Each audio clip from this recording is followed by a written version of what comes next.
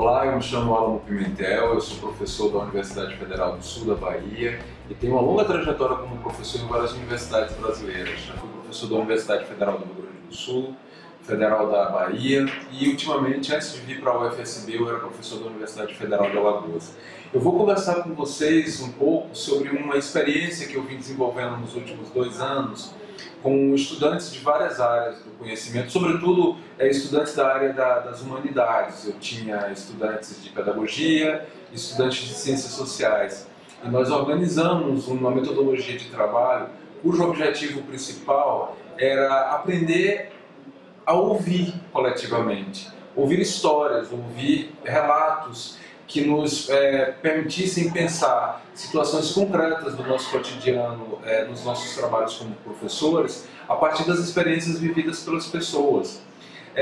O projeto ele nasceu com o nome de Reconhecer. O nosso objetivo era compreender como se constituíam redes sociais na vida acadêmica, era tentar olhar para a universidade para além das paredes de uma sala de aula, era tentar compreender como se formam determinados grupos sociais que participam da convivência acadêmica sem que a gente se dê conta, eles terminam se tornando invisíveis, e despertar o interesse dos estudantes de compreenderem a vida acadêmica para além mesmo das situações típicas professor-aluno sala de aula.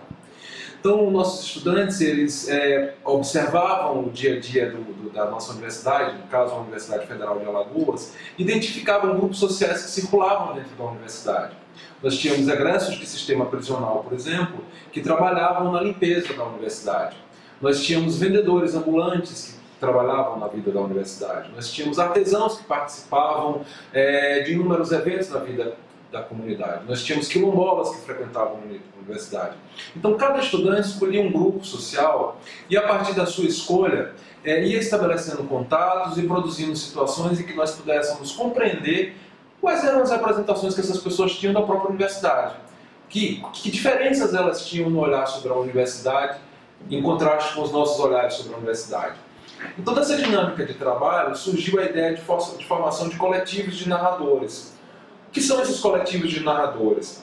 São grupos mistos. Estamos presentes nós, que estamos institucionalmente ligados às universidades, e pessoas que convivem com a universidade, mas que não estão institucionalmente ligadas à universidade, mas participam do cotidiano da universidade. A escolha de cada grupo era feita por cada estudante.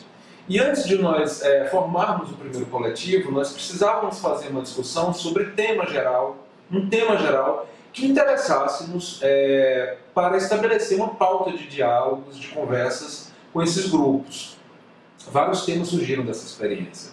Nós tivemos, por exemplo, um tema que era o museu vivido. Como é que vários atores sociais, que não necessariamente técnicos ou professores, viviam a experiência de um museu universitário.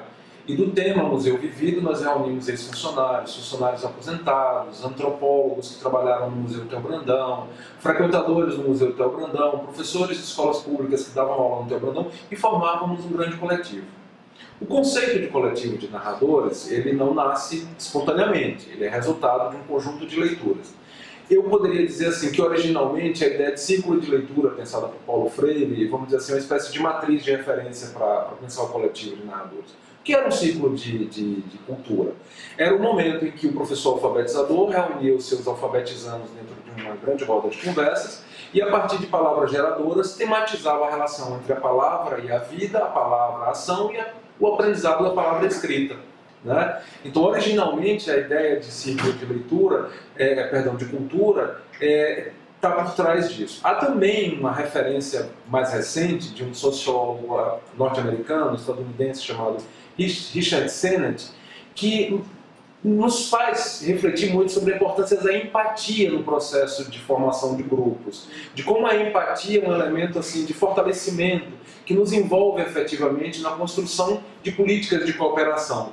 Então, se por um lado nós estávamos interessados na circulação da palavra, a partir das narrativas vividas por essas pessoas, conforme nos orientava Paulo Freire, por outro lado, nós estávamos também pensando muito na construção de vínculos afetivos com as pessoas, aprender a ver, aprender a ouvir e compreender processos de conhecimento que estão inscritos nas histórias de vida das pessoas, era o segundo lado desse, vamos dizer assim, dessa base conceitual do coletivo de narradores. Do ponto de vista, ainda do ponto de vista conceitual, o que acontece quando a gente entra numa roda de conversa? Né? Nós formamos um grupo de pessoas marcado por heterogeneidade de visões de mundo e de posições sociais. Nem todos nós, quando entramos numa roda de conversa, temos a mesma posição sobre um determinado tema. Se nós fôssemos falar de um tema, vamos dizer assim, futebol, né? A partir das referências diferenciadas que nós tivermos da nossa relação vivida com o futebol, nós vamos ter posições diferentes com o futebol. Eu sou péssimo para uma roda de conversa sobre futebol. Meu pai não gostava de futebol e nenhum dos filhos dele gosta de futebol. Então eu tenho posições muito diferentes de pessoas que têm uma tradição familiar de gostar de futebol e que têm torcida por times. Então, quando nós formamos um coletivo, o outro movimento que a gente faz conceitual é compreender que dentro de um determinado grupo de diálogo, as pessoas assumem posições diferentes porque elas têm histórias de vidas diferentes.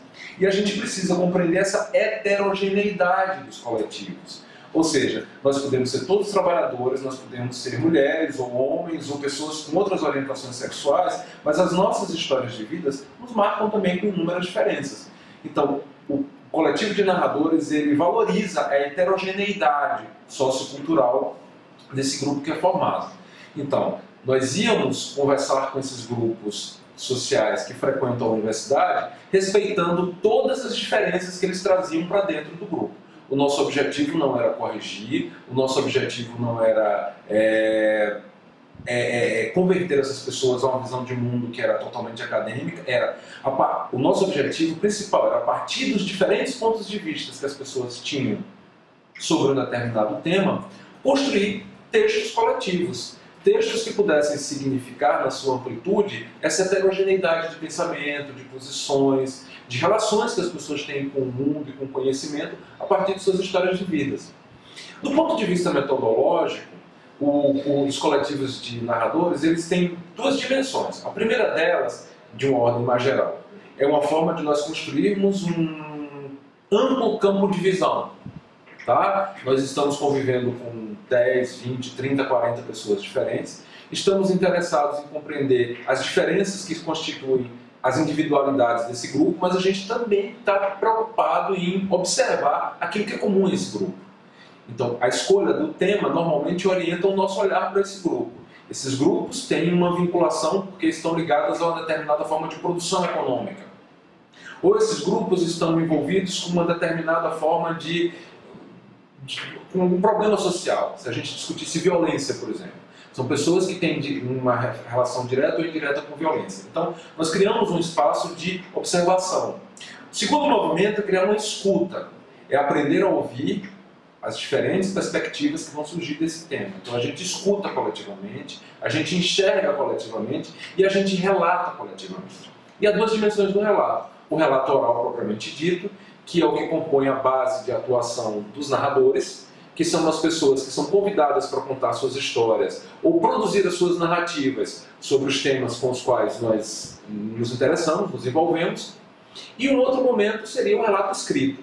O papel de todo aquele estudante, de toda aquela estudante que participa, é tomar nota, fazer registro, criar o seu caderninho de anotações para depois transformar isso num relato de experiência.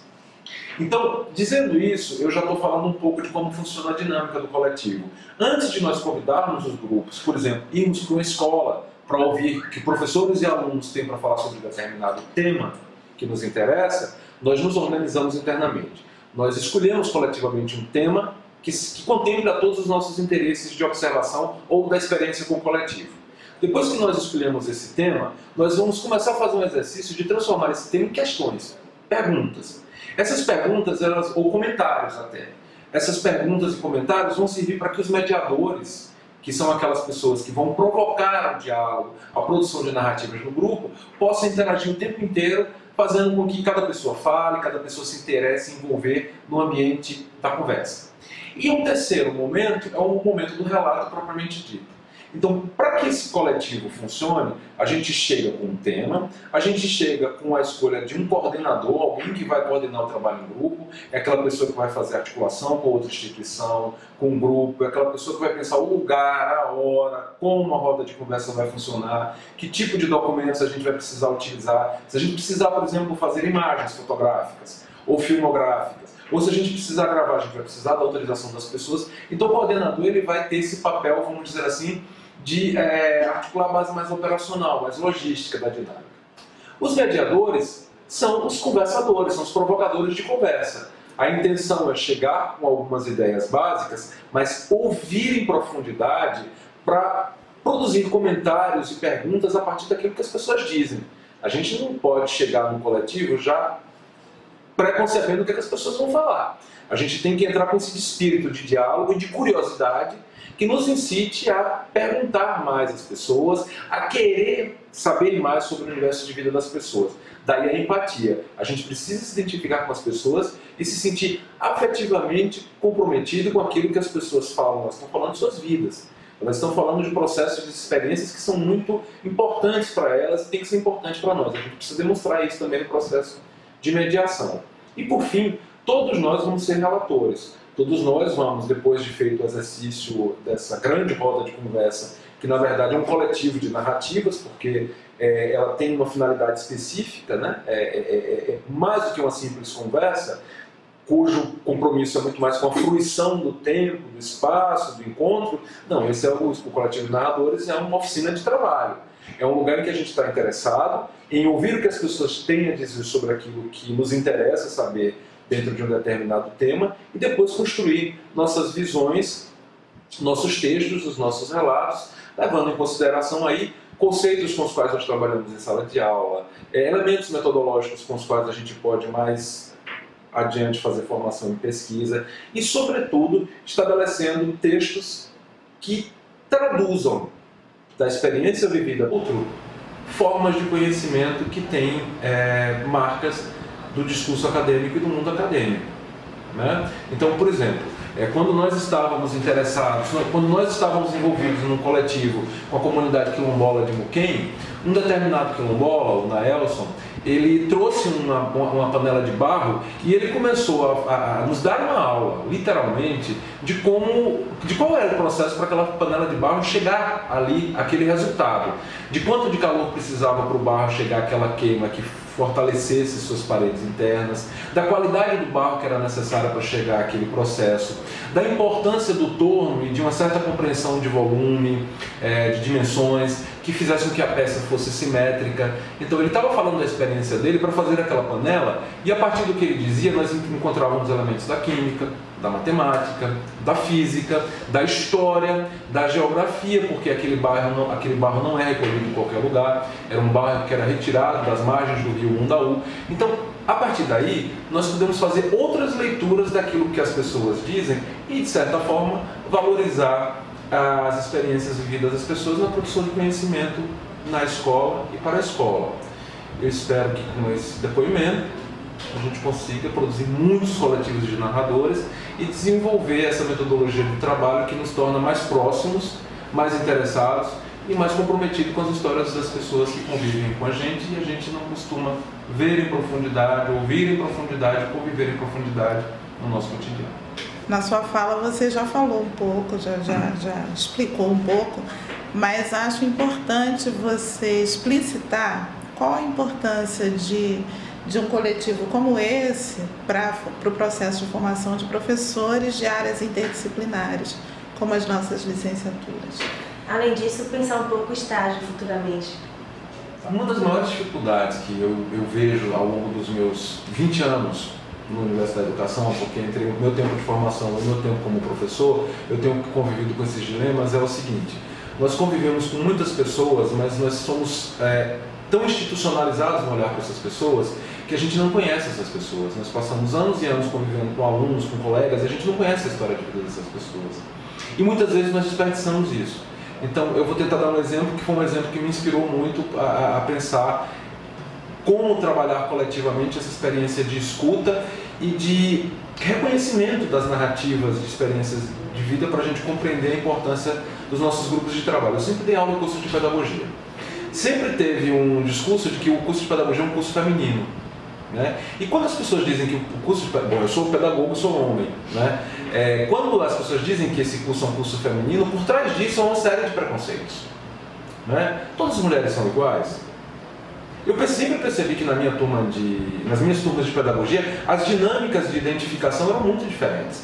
Então, por exemplo, as mais jovens se relacionavam com as mais jovens, as mais velhas com as mais velhas, as solteiras com as solteiras, as casadas com as casadas, aquelas que eram evangélicas com as evangélicas. Então, tinham várias formas de socialidade, cuja marca de gênero nem sempre era totalmente decisiva. Uma experiência muito interessante. Muitas moravam em bairros periféricos e o motivo de aproximação era o fato de morarem no mesmo bairro periférico. Então, o que fazia com que elas se aproximassem, se elas se relacionassem, não era necessariamente a condição de gênero, mas o lugar em que moravam. Então, para mim, a grande experiência do coletivo de narradores é que, primeiro, não existe uma figura central de quem ensina e de quem aprende. Estamos todos aprendendo juntos. E partindo de uma experiência de aprendizagem radicalmente solidária, porque a gente parte de um pressuposto. Nós desconhecemos a história de vida das pessoas. Então, ao contrário de uma pedagogia, de um princípio educador clássico, de que o professor ele parte de um conhecimento já sabido por ele, professor, para iluminar a ignorância das pessoas, num coletivo de narradores a gente parte de um reconhecimento da nossa ignorância da história dos outros para que a gente aprenda. Qual o grande resultado disso? Além de nos sensibilizar para compreender a importância da história de vida das pessoas para o trabalho pedagógico que a gente desenvolve, nos ajuda a compreender outras formas que as pessoas têm de aprender. Por exemplo, isso faz uma diferença incrível, porque as pessoas elas tinham mais facilidade no trato com a oralidade, por exemplo, do que com a leitura de um texto escrito. E a gente tem um preconceito muito grande de achar que a única forma de apresentar um determinado discurso, a forma mais valorizada do discurso, é o discurso escrito. E nós percebíamos que através de uma performance oral, as pessoas tinham uma capacidade incrível de desenvolver uma determinada compreensão, que por vezes o exercício da escrita não possibilita, porque o uso da escrita é muito marcado pelo uso prescritivo de determinadas regras de padrão da escrita. Então, esse é um aspecto, vamos dizer assim, da nossa autoeducação nos coletivos de narradores. O outro aspecto é o exercício de uma postura investigativa, né? É a indissociabilidade entre uma atitude educadora e uma atitude de pesquisa. Quer dizer, no momento em que nós assumimos esse lugar, nós entendemos que é parte do trabalho do educador pesquisar para além do livro, pesquisar para além das formas canônicas de pesquisa, pesquisar ouvindo, pesquisar produzindo alteridade, né? Então, eu diria que o elemento que liga ensino e pesquisa, ou educação e pesquisa no exercício do coletivo de narradores, é o exercício da alteridade. O que é isso? Nós estamos interessados em compreender como outras pessoas compreendem aquilo que nos interessa, né? E a partir daí a gente vai criando outras formas de compreensão. A pergunta da Maristela é... Em relação ao estágio. Em relação ao estágio. Em relação ao estágio, eu acho que a principal tarefa do coletivo dos narradores é nos retirar, vamos dizer assim, desse centralismo pedagógico da formação do estágio. Normalmente, quando a gente faz estágio, a gente vai para uma sala de aula, observar a atividade de um professor, de um determinado grupo de pessoas, etc. A partir desse exercício, a gente entra no mundo da escola, com toda a sua riqueza e a sua diversidade, né? Quem são as pessoas que participam da vida da escola? Qual o papel que a merendeira tem na escola? Qual o papel que o vendedor de picolé da porta da escola tem para a vida da escola? Qual o papel que o clube de futebol que fica ali do lado da escola tem para a escola? E nesse exercício a gente compreende que não basta a gente ter a capacidade de observar de maneira sistemática as práticas de ensino se a gente não consegue compreender a riqueza do cotidiano da escola. Eu penso que numa formação de estágio é muito importante que a gente consiga ver a escola para além dela mesma, né? Ou as múltiplas faces da escola que se constituem muito mais nos corredores, na quadra, nos espaços de fuga da própria escola, do que a sala de aula, que é um espaço extremamente vigiado, é um espaço extremamente farpado, é um espaço em que as regras já são dadas. A maneira de organização das pessoas numa sala de aula já é pensada antes das pessoas entrarem nessa sala. Então, o exercício de coletivos que extrapolem os muros da sala de aula é de extrema importância para que a gente tenha uma formação que leve em conta a riqueza cotidiana do universo escolar.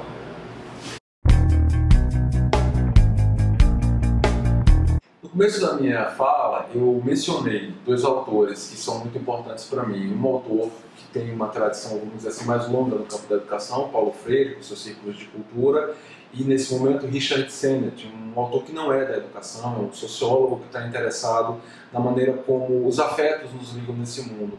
E eu vou concluir dizendo para vocês que a parte mais importante dessa experiência de coletivos de narradores é a produção desse sentimento de pertencimento a um grupo maior, a uma dimensão maior da vida do que a nossa dimensão individual. O coletivo, ele dilui essa imagem altamente referenciada na figura de um indivíduo que cumpre uma autoridade. Para exercitar um coletivo de narradores, a gente precisa compartilhar a autoridade. A autoridade não é de uma pessoa, mas de uma capacidade coletiva de produzir sentimento de pertencimento e formas de poder que tornem viável as relações em grupo. E é com esse espírito que eu me coloco agora entre vocês, de dizer que toda prática coletiva de escuta, de leitura do mundo, é que pode transformar significativamente as nossas formas mais egoístas de produção no mundo contemporâneo e ampliar a nossa capacidade de conviver juntos. Eu acho que essa é o grande lema do meu universo como educador, é como de fato nós convivemos juntos e produzimos mais convivência e convivência boa a partir de uma experiência em que, educando outras pessoas, nós nos educamos junto com elas.